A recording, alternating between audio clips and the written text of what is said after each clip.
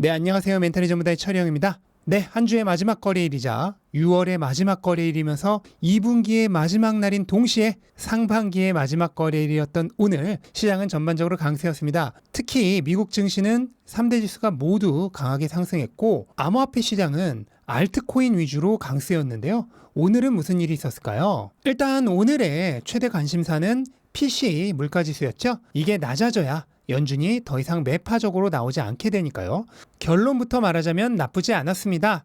전체 PC는 전년 대비 3.8% 상승하며 전월 수치는 물론 시장 예측치보다도 크게 하락했습니다. 변동성이 큰 식품과 에너지를 제외한 근원 PC 물가도 전년 대비 4.6% 상승하며 전월치와 예측치를 소폭이지만 하회했습니다. 물가가 예상보다 낮아지고 있다는 긍정적인 신호죠. 전체 PC의 경우 2021년 4월 이후 가장 낮은 수준으로 나왔습니다. 작년 이맘때와 비교하면 거의 반토막이 났죠. 물론 근원 PC의 경우는 아직은 여전히 높기는 하지만 마찬가지로 멀지 않은 미래에 하락 추세로 돌아설 예정입니다. 오늘 낮은 PC 물가로 인해 달러 인덱스는 최근의 상승 추세를 깨고 하락 반전했습니다. 다만 근원 PC가 여전히 높기 때문에 금리 예측치는 크게 변하지 않았습니다. 하지만 근원 물가도 이제 너무 걱정할 필요는 없습니다. 향후 물가 예측치는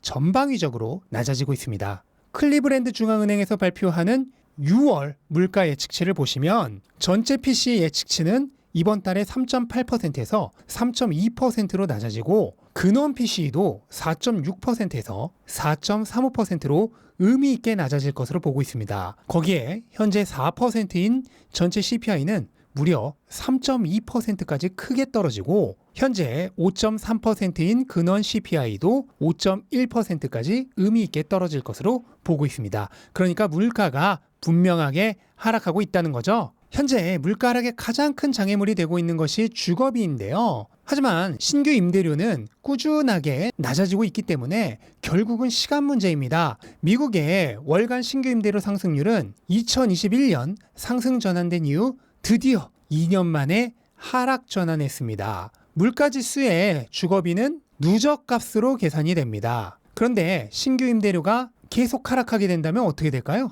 당장은 아니어도 시간이 갈수록 낮아진 신규 값이 결국에는 누적값에 추가되어 하락하게 될 것입니다. 그러니까 이미 결과는 나와 있고 그게 반영되기만을 기다리는 이미 정해진 미래라고 생각하시면 됩니다. 근데 여러분도 의아하실 겁니다. 아니 연준은 금리를 계속 올린다고 하고 여전히 갈 길이 멀다는 소리를 앵무새처럼 계속 반복하는데도 왜 시장은 계속 강세지? 이유는 간단합니다. 보시는 것처럼 앞날이 이미 정해져 있기 때문입니다. 이걸 읽을 수 있는 사람은 미리 투자를 하는 것이고 현재 눈에 보이는 것밖에 보지 못하는 사람은 나중에 오르고 나서야 불나방처럼 달려드는 것이죠.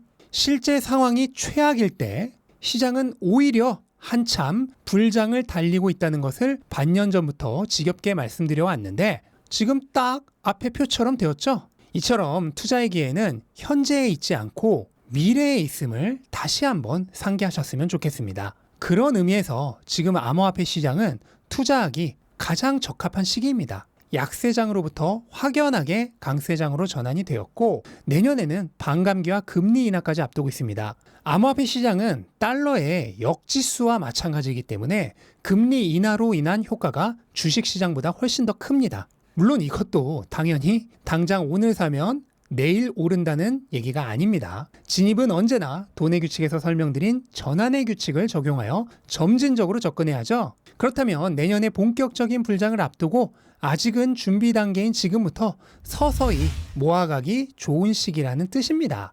모아가면서 공부를 해야지 자산에 대한 이해도와 믿음을 키워나가면서 성공적인 장기 투자가 가능해지는 것입니다.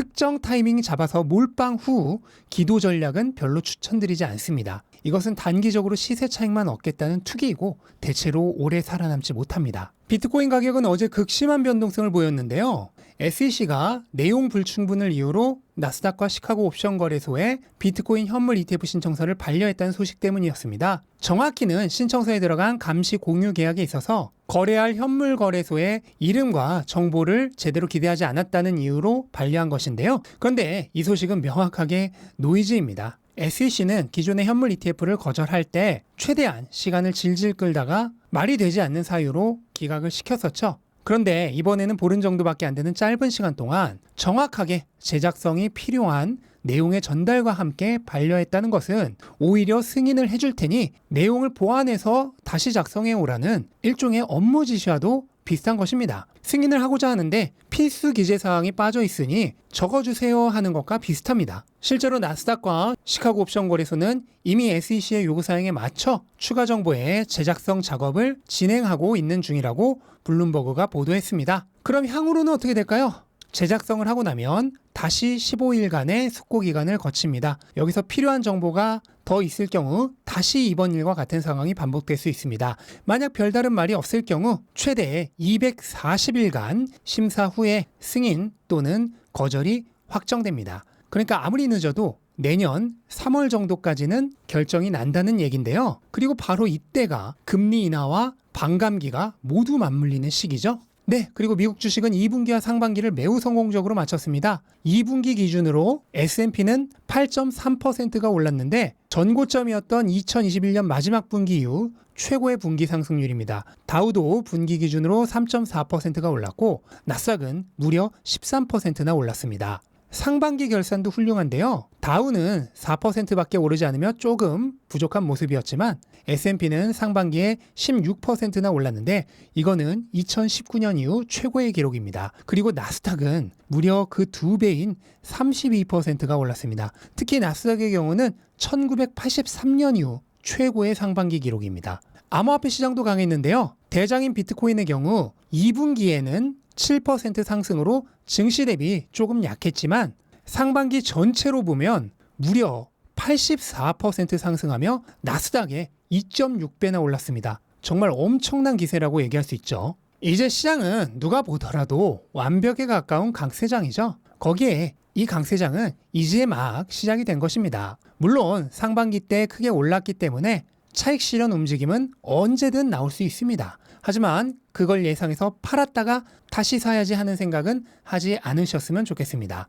오르면 즐기고 내리면 줍줍하면 그만입니다. 추세가 시작되었을 때는 그 추세를 타고 쭉 즐기시기 바랍니다. 개미 투자자는 팔았다가 다시 올라버려서 자기가 판 가격보다 비싸지면 못 사는 특징이 있습니다. 이미 설명드렸듯이 시장에서 가장 좋은 날 며칠만 놓쳐도 수익률이 급감하게 됩니다. 괜히 사팔의 타이밍 잡으려고 하지 마시고 이제 막 시작된 강세장의 추세를 쭉 즐기셨으면 좋겠습니다. 그리고 세계 1위 기업인 애플이 신고가를 다시 경신하면서 종가상으로 역사상 최초의 3조 달러 기업이 되었습니다. 정말 대단한 업적인데요. 얼마 전 전고점을 뚫었을 때 1위 기업의 신고가 달성이 추세의 완전한 전환을 암시하는 신호라고 말씀을 드렸었는데 그대로 이루어지는 모습을 보고 계십니다. 엔비디아는 2023년 상반기 당연코 최고의 핫스탁입니다. 상반기에만 무려 190% 상승했습니다.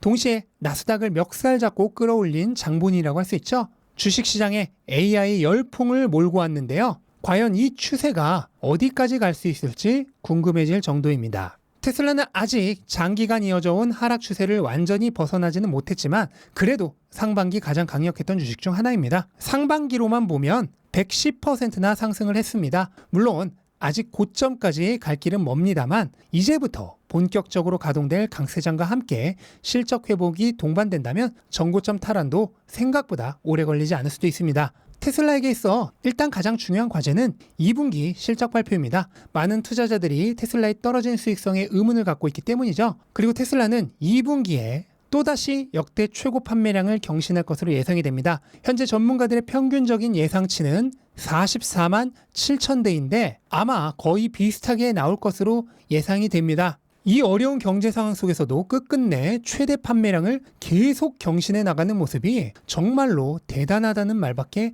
나오지가 않습니다. 결과는 이번 주말 동안 나올 텐데요. 이 결과 여부에 따라 다음 주 주가에 상당한 영향이 있을 수 있겠습니다. 그런데 사실 진짜 중요한 것은 판매량이 아닙니다. 판매량은 어차피 예상했던 범위 내에서 아주 큰 오차는 없을 것입니다. 그보다 더 중요한 것은 2분기 마진과 그로 인한 투자자들의 판단이죠. 현재 2분기 예상 EPS는 지난 분기보다도 낮습니다. 판매량이 더 많은데 EPS가 낮아지는 이유는 평균 판매 가격이 2분기가 지난 분기보다 낮을 것이기 때문입니다. 그렇다면 이번 분기 역시도 수익성이 회복되지 않았을 수 있습니다. 문제는 투자자들이 이걸 어떻게 받아들이냐죠. 회복할 걸 기대했는데 여전히 수익성이 낮으니 실망을 할 것이냐, 아니면 이번에야말로 찐 바닥이라고 생각하고 앞으로를 기대하며 긍정적인 반응을 보일 것이냐. 최근 테슬라의 주가가 별로 안 올랐었다면 후자일 것으로 생각이 됐는데, 최근 주가가 급등했던 것을 생각한다면 전자의 가능성도 완전히 배제할 수는 없습니다. 그런데 시장의 반응은 예측할 수 없지만 앞으로의 미래를 전망할 수는 있습니다. 이번 2분기는 테슬라 실적의 찐바닥이 될 것입니다. 그리고 계속 늘어나는 판매량과 함께 3분기부터 본격적인 반격의 서막이 시작될 것입니다. 단기적 주가야 어떻게 될지 알 수가 없지만 기업의 가치는 지속적으로 성장해 나갈 것이라는 얘기입니다. 네, 이렇게 한 주의 마지막이자 한 달의 마지막이자 한 분기의 마지막이자 상반기의 마지막 날 시장을 정리해봤습니다. 다시 한번 말씀드리지만 이제 우리는 강세장에 들어왔습니다. 섣불리 내렸다 탔다 하려는 생각하시지 말고 추세와 함께 오래오래 상승을 즐기셨으면 좋겠습니다. 작년 한 해 길었던 하락장에서 겪었던 고통을 생각하시면서 최대한 길게 기쁨을 누리시기 바랍니다. 그동안 모두 고생 많으셨습니다. 이제부터는 꽃길만 걸으시기 바랍니다. 네, 이것으로 오늘 영상 마치겠습니다. 영상 도움되셨다면 구독과 좋아요 부탁드리고 즐거운 주말 보내시기 바랍니다. 감사합니다.